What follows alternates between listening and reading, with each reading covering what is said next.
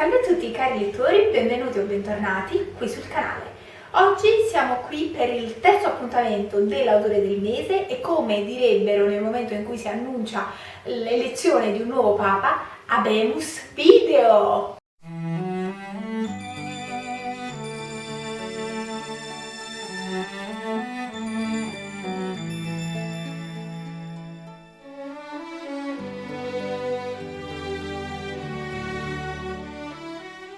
Ebbene sì, è passato tantissimo tempo, come noterete la location è leggermente diversa, questo perché a casa stiamo facendo i lavori e io mi sono trasferita da mio nonno, quindi probabilmente questa sarà la location per i prossimi video. In realtà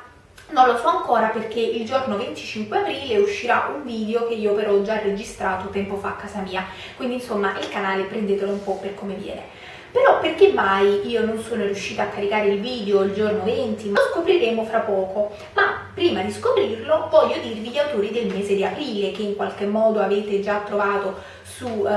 Instagram o su Facebook, ma voglio spiegarvi un pochino meglio, ecco, le scelte e le modalità. Allora, per il mese di aprile incomincia secondo me, ad esserci molta scelta molto interessante, e infatti io ne dovrò scegliere solo due, ma alcuni di questi li rileggerò sicuramente nei prossimi mesi. Allora, per le nascite abbiamo Alcide o Alcide De Gasperi, 140 anni, il famoso leader politico italiano, Vincenzo Gioberti, 200 anni, Adriano Olivetti, 120, Giampiero Mughini, 80 anni, Nero Wolf, quindi l'autore dei romanzi, il protagonista di alcuni romanzi, 128 anni, Isabella di Castiglia 570, Marco Aurelio 1900. Quindi qui possiamo spaziare fra il mondo antico con Marco Aurelio, l'età moderna con Isabella di Castiglia, l'età contemporanea con Gioberti, De Gasperi, Olivetti, fino ad arrivare anche ai personaggi di fantasia appunto come Nero Wolf. Tra le morti invece abbiamo Martha Graham, 30 anni, famosa ballerina, Khalil Gibran, 90 anni, Daniel Defoe, 290 anni dalla morte, Emilio Salgari o Salgari, sbaglio sempre l'accento, 110 anni,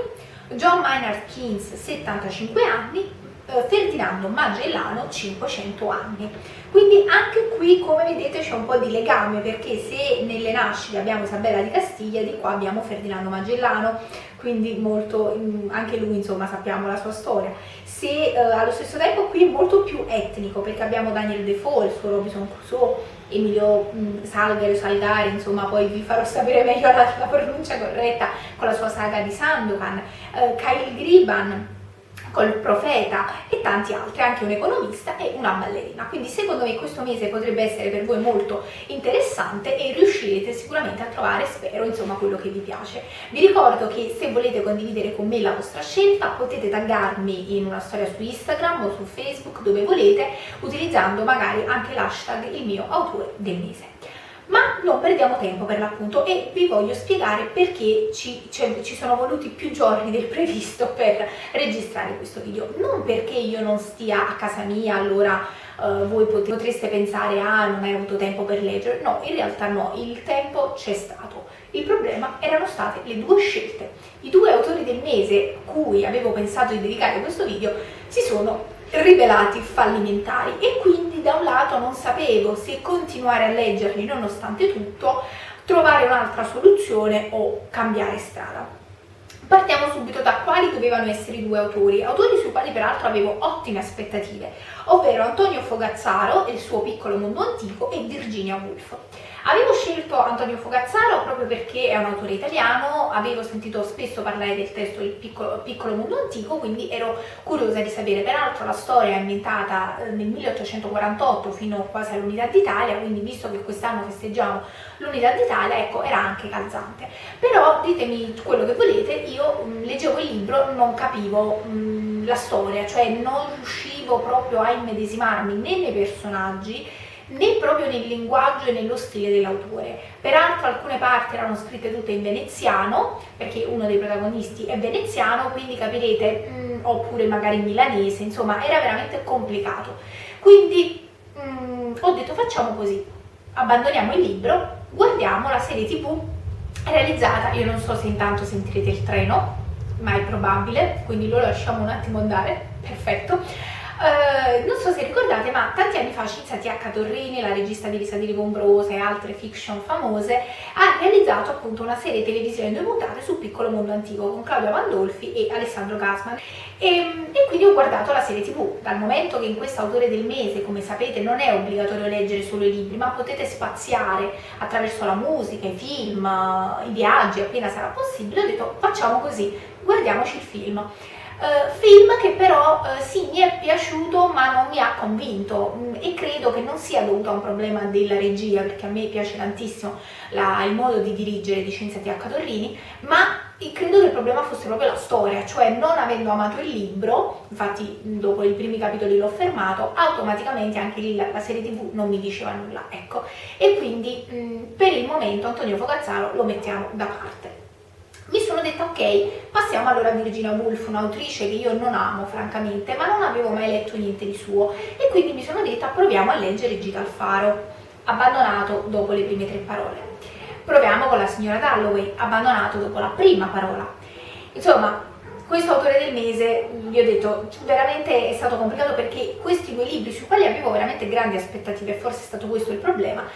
non so perché non mi prendevano, non mi hanno conquistato. Però volevo comunque portarvi un video, non che fosse il video del ho letto questo ma non mi è piaciuto, ho letto questo e non mi è piaciuto, e quindi spulciando tra gli altri autori del mese ho trovato la soluzione, ovvero un libro che io non mi aspettavo potesse essere così bello, ovvero la biografia, in qualche modo però sotto forma di romanzo, dedicata a Napoleone II,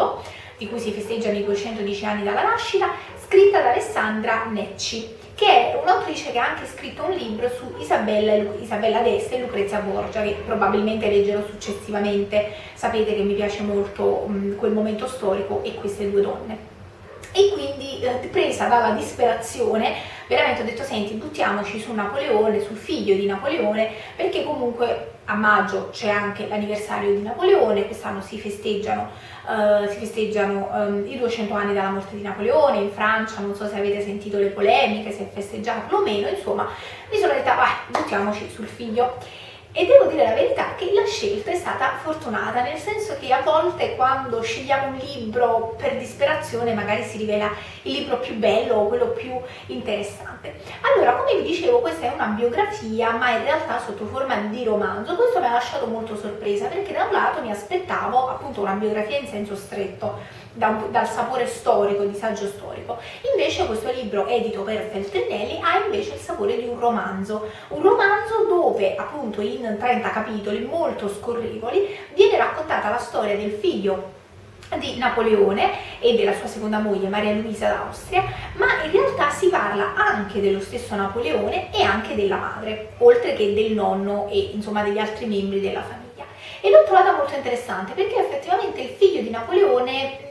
nasce sotto i migliori auspici. Da questo punto di vista mi sembra ricordare un po' anche Carlo V, se ricordate è stato protagonista dell'autore del mese di febbraio dell'anno scorso. Questi bambini che nascono in famiglie regnanti che sono al massimo della loro potenza e che in qualche modo però poi la storia li porta in tutt'altra direzione. Effettivamente il figlio di Napoleone sembrerebbe vivere la stessa situazione. Lui nasce quando il padre è all'apice del suo potere, peraltro ricordiamo che Napoleone aveva lasciato la sua prima moglie proprio perché gli serviva un figlio, un erede, che ha con Maria Luisa, laddove la storia fra i 2 sembra anche partire bene. Nasce questo bambino riferendosi al quale il padre dice gli basterà tendere la mano per avere tutto il mondo ai suoi piedi, ma in realtà poi la storia non sappiamo se per una questione di accanimento personale o per destino, non lo so, ecco, fatto sta che da quel momento inizia la caduta di Napoleone, poco dopo inizierà la sua caduta e quindi questo bambino che potrebbe aspirare al trono come Napoleone II, in realtà diventa un prigioniero involontario degli Asburgo d'Austria perché la madre è costretta per una serie di intrighi politici fatti da Metternich a trasferirsi in Austria, a ritornare nella sua patria natia, anche se poi la madre in realtà si trasferirà a Parma, quindi anche qui i 2 saranno separati per volontà del nonno Francesco I, E insomma è interessante vedere il carattere ribelle di questo bambino fin dai primi anni, 2-3 anni, lui già sa che suo padre è Napoleone, è un grande generale, lui sarà re, tutti devono sottostare ai suoi ordini, eppure è un bambino che però viene costantemente allontanato, costantemente isolato. Ha questo carattere molto ribelle, trova conforto nei libri, studia molto, però allo stesso tempo soffre di solitudine, è sempre da solo, tutti i suoi amici vengono allontanati, le sue balie, le sue tate a cui tiene tanto, altrettanto, e poi c'è questo legame con questa madre, Maria Luisa, che diventa la madre di questo bambino, ma non lo sente come figlio proprio, quindi preferisce, ecco, vivere a Parma col suo amante, che poi in realtà sposerà, ma non stare vicino a questo bambino. Al di là delle ragioni politiche, in realtà quello che emerge da questo libro è una Maria Luisa poco interessata alla vita di corte, poco interessata al suo ruolo di madre, ecco, sostanzialmente, e anche poi poco interessata alla sorte del marito, quel marito che lei fino a poco tempo prima chiamava con i nomignoli più affettuosi. Nel momento in cui viene relegato a Sant'Elena, lei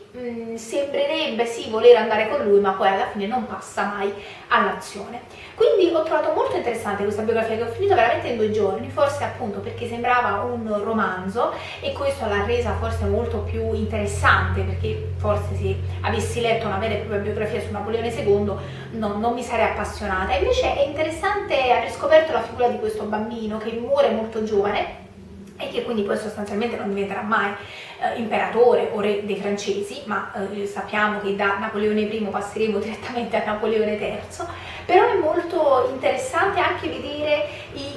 come il suo corpo torna a Parigi negli anni 40,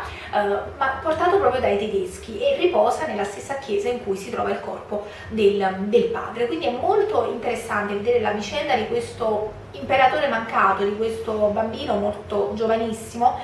credo avesse intorno ai 19 anni probabilmente, ma forse anche qualcosa di meno, e mi ha molto veramente affascinato, mi ha fatto rivalutare, dico la verità, la famiglia Bonaparte. Io non ho un amore particolare per Napoleone, proprio perché, magari di questo ve ne parlerò a maggio, perché a maggio ovviamente c'è l'omaggio a Napoleone e io chiaramente leggerò la biografia, quindi non voglio svelarvi nulla,